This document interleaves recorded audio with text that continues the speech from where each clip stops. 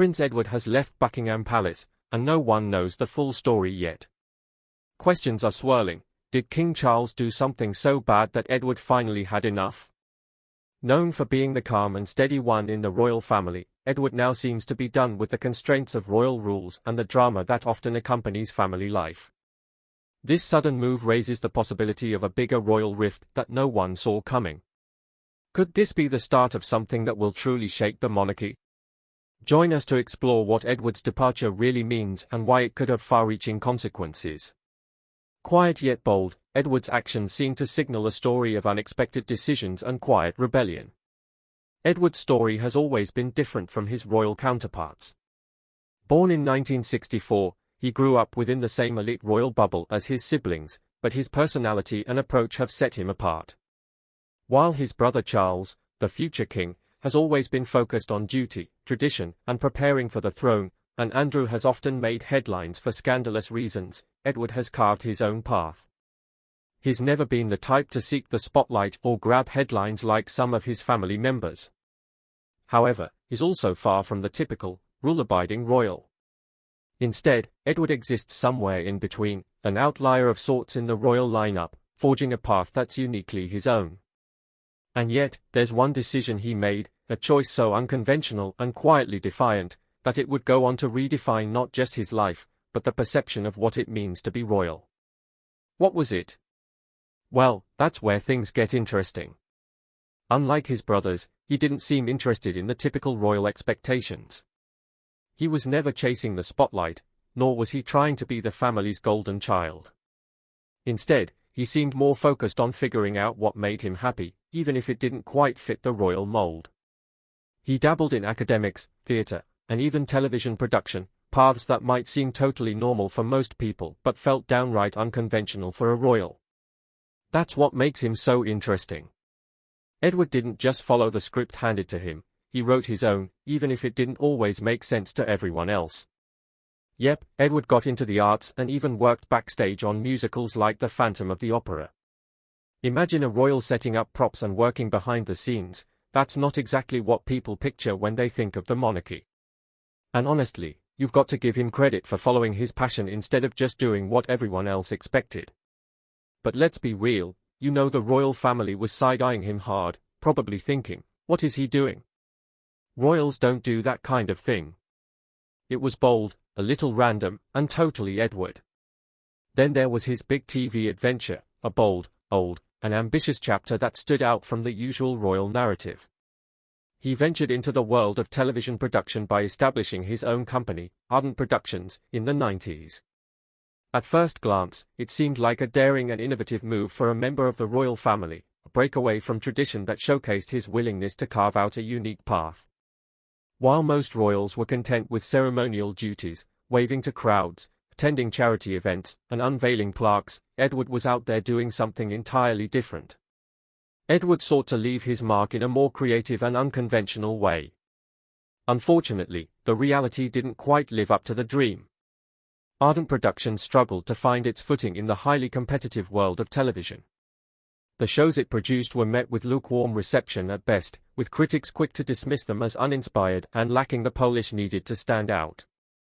The media, always eager for a royal misstep, pounced on the company's failings, turning Edward's fate into a cautionary tale of overreach. Headlines gleefully chronicled every stumble, and the venture quickly became fodder for public mockery. It was a painful period for Edward, who had genuinely hoped to succeed on his own terms. Watching his efforts falter under the weight of criticism and scrutiny must have been disheartening. Yet, there was something admirable in his willingness to take the risk in the first place. Most royals might have been content to stay within the comfortable confines of tradition, avoiding the kind of public scrutiny that comes with creative pursuits. But Edward's attempt, however flawed, was a testament to his desire to be more than just a ceremonial figure. In his 20s, Edward gave military life a shot, but it didn't take long for him to realize it wasn't for him. After a few months of grueling Royal Marines training, he decided to walk away. Word has it that Prince Philip, his father, and a hardcore military man, was absolutely fuming. Imagine your super strict dad, who's all about discipline and tradition, finding out you quit. Yeah, not exactly a proud family moment. The press, of course, went into overdrive, calling him soft and saying he couldn't cut it. Harsh, definitely, but maybe they missed the bigger picture.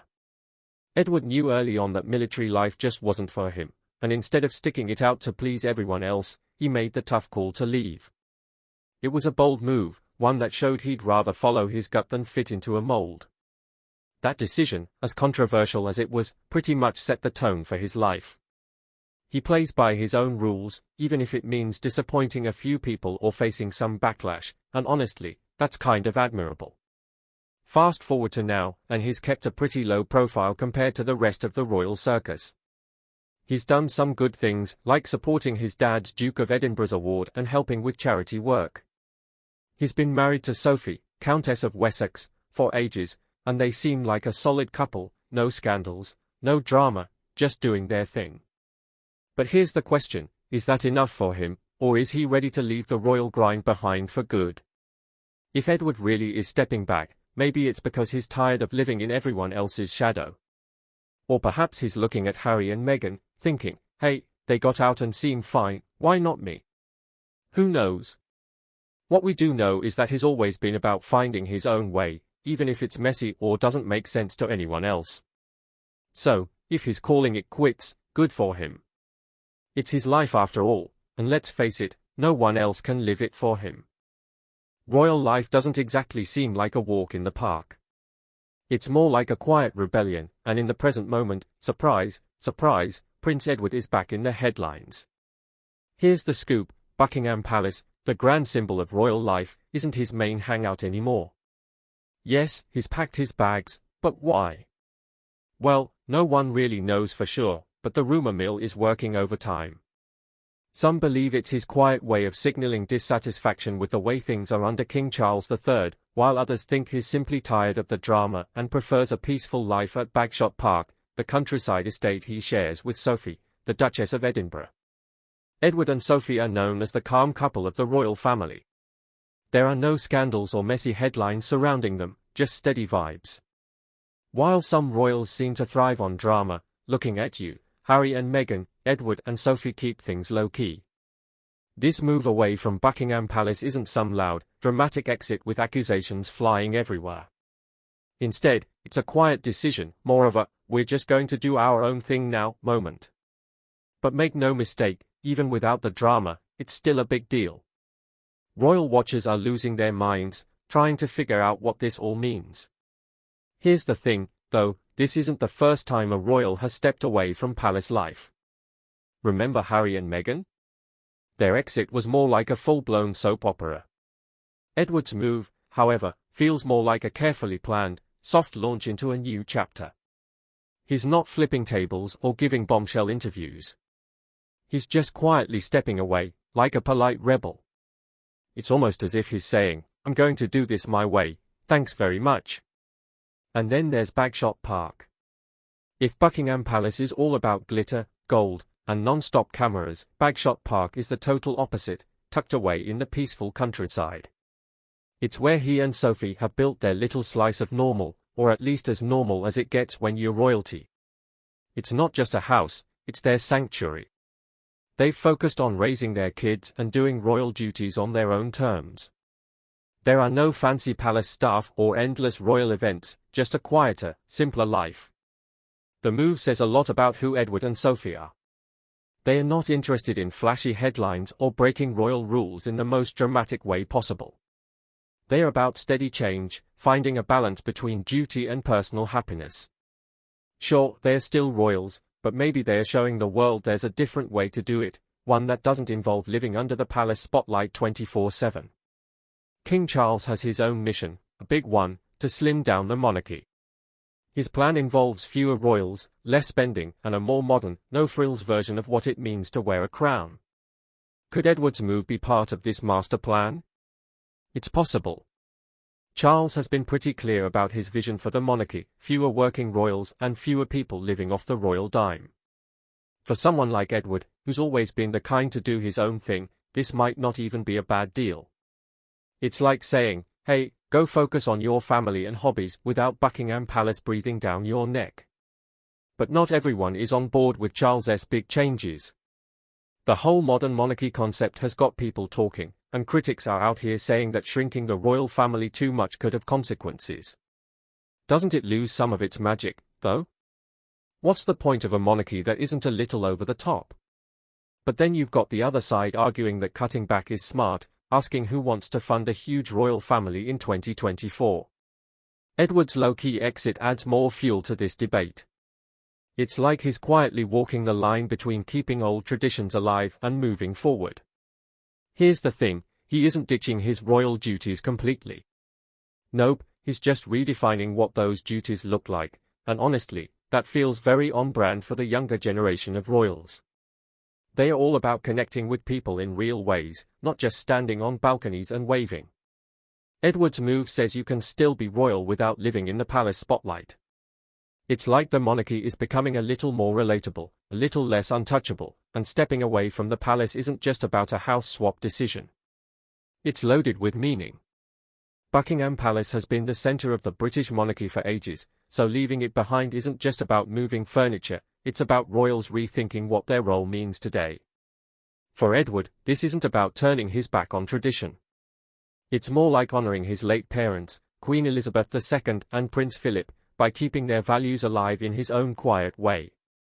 They'd probably respect his determination to do things his own way.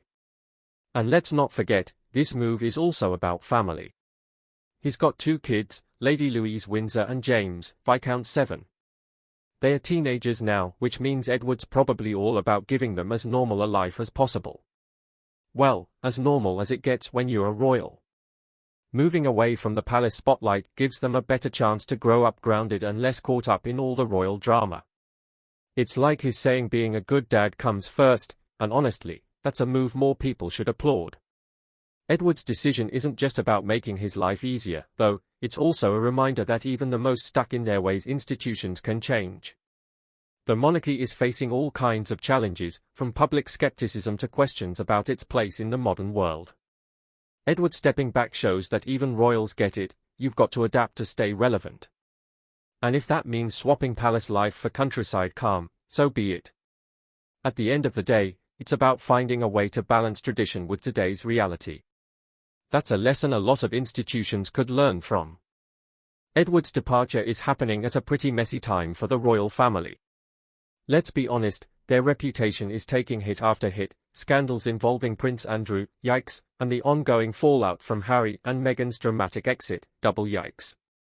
It's like the House of Windsor is stuck in a never-ending PR nightmare, scrambling to hold it all together. But here's where his story stands out. Unlike his brothers, Edward has mostly managed to steer clear of the tabloid mess. Notice the word, mostly. He's had his moments, but nothing headline-shattering. Back in the day, Edward tried to juggle royal duties and a private career, and it didn't exactly go smoothly. Remember his TV production company, Ardent Productions? People weren't too impressed. Critics were quick to accuse him of using his royal connections to boost his business, and the backlash was brutal. Despite these bumps in the road, Edward has managed to stay relatively drama-free compared to, say, Andrew, whose controversies have left a permanent stain on the family name. That's the thing about Edward, he's not perfect, but he's reliable. While Andrew's scandals have dragged the monarchy through the mud, Edward's low-key vibe has actually helped hold it together. People see him as the dependable one, the guy who just gets on with it without stirring the pot. It's a reputation he's worked hard to build, and honestly, it's one the royal family desperately needs right now.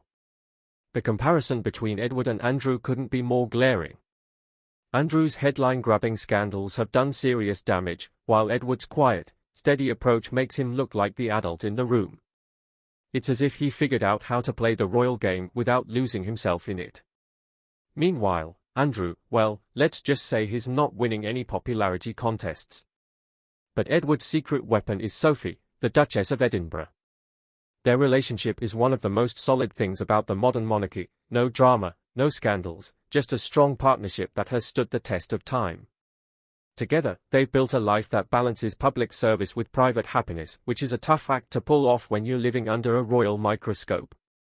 They are like the monarchy's ultimate power couple, showing that teamwork and mutual support can actually work, even in the high-press world of royal life. Edward's steady approach isn't flashy, but it's effective.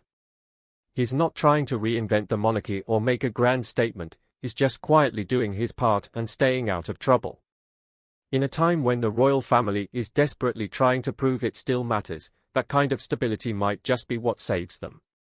Edward isn't the loudest or the flashiest royal, but maybe that's exactly why he's one of the most important. So, what's next for him?